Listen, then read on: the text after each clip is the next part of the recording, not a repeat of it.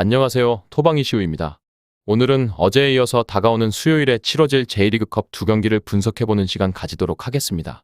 경기가 하루 정도 남았기 때문에 어느 정도 최종적인 선택지까지 결정하는 데 도움이 되시길 바라면서 구독자분들께서는 꼭 분석방에 오셔서 최종적인 검토를 마친 조합을 받아보시는 것을 권장드리면서 오늘의 J리그컵 두 번째 경기 나고야와 가시마의 1차전 지금 바로 분석 한번 시작해보도록 하겠습니다.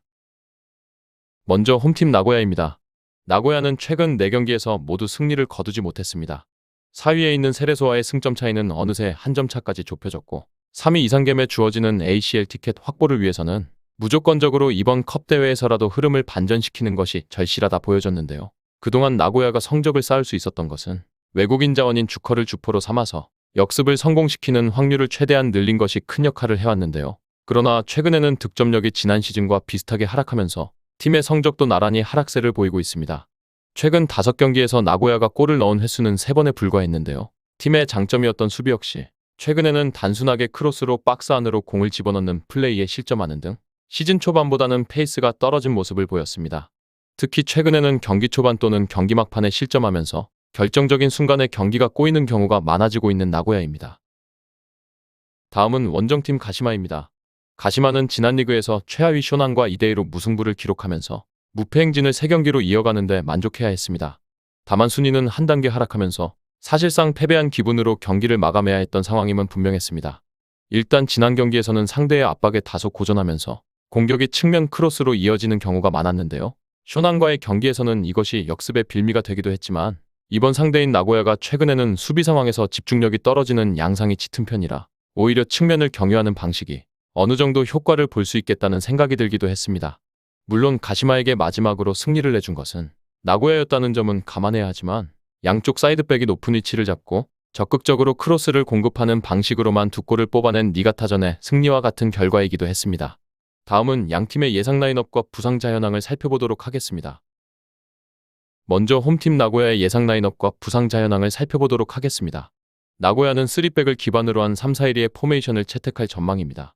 하지만 최근의 나고야의 경기에서 보았을 때 주무기로 삼았던 선수비 후역습의 전술의 핵심인 주커의 득점포가 가동되지 않으면서 최근 승리를 거두지 못하고 있고 득점력이 저조해짐과 동시에 수비에서도 잔실수가 늘어난 모습을 보이면서 조금은 우려를 낳기도 했으며 2차전을 원정에서 치러야 하기에 어떻게든 승리가 절실한 상황이지만 결코 승리를 단정짓기에는 어려운 상황이라 보여졌고 이번 일정에서는 특별한 부상자는 확인되지 않은 상황입니다. 다음은 원정팀 가시마입니다.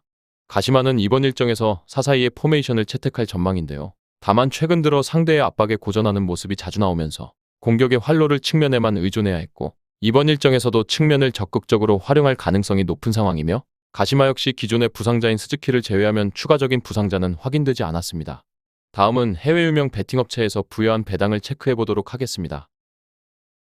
해외 유명 베팅업체인 bet365에서는 홈팀 나고야의 승리에는 2.40의 배당을, 무승부에는 3.10의 배당을, 원정팀 가시마의 승리에는 3.10의 배당을 부여했는데요. 현재까지는 무승부와 원정팀 가시마의 승리 쪽으로 배당이 하락하는 추이를 확인했습니다.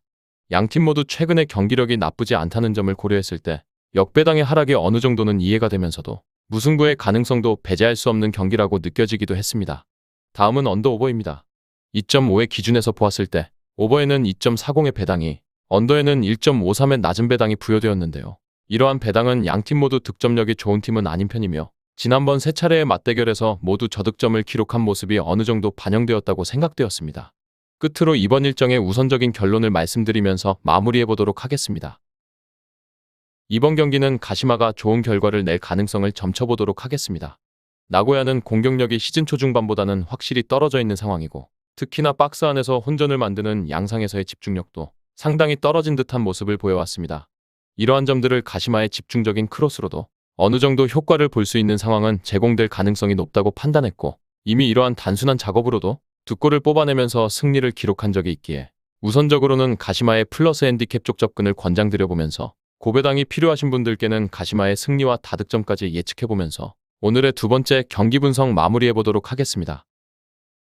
정확한 배당 변동에 따른 실시간 추적과 최종 예측은 배팅 마감 직전까지 이루어져야 합니다. 위 부분을 참고하는 배팅이 아닌 더 근시적인 결과는 배당률 흐름의 변화 및 경기 시작 전 결장자 정보에 따라 변동될 수 있습니다. 함께 배팅으로 더 효율적인 승률을 만들고자 만들어낸 채널입니다. 모든 경기를 영상에 담아내기에 한계가 있습니다. 이외 다른 경기들의 정보와 결과 예측 및 더 많은 도움이 필요하시다면 분석방으로 언제든지 연락주세요. 최선을 다해 보이겠습니다.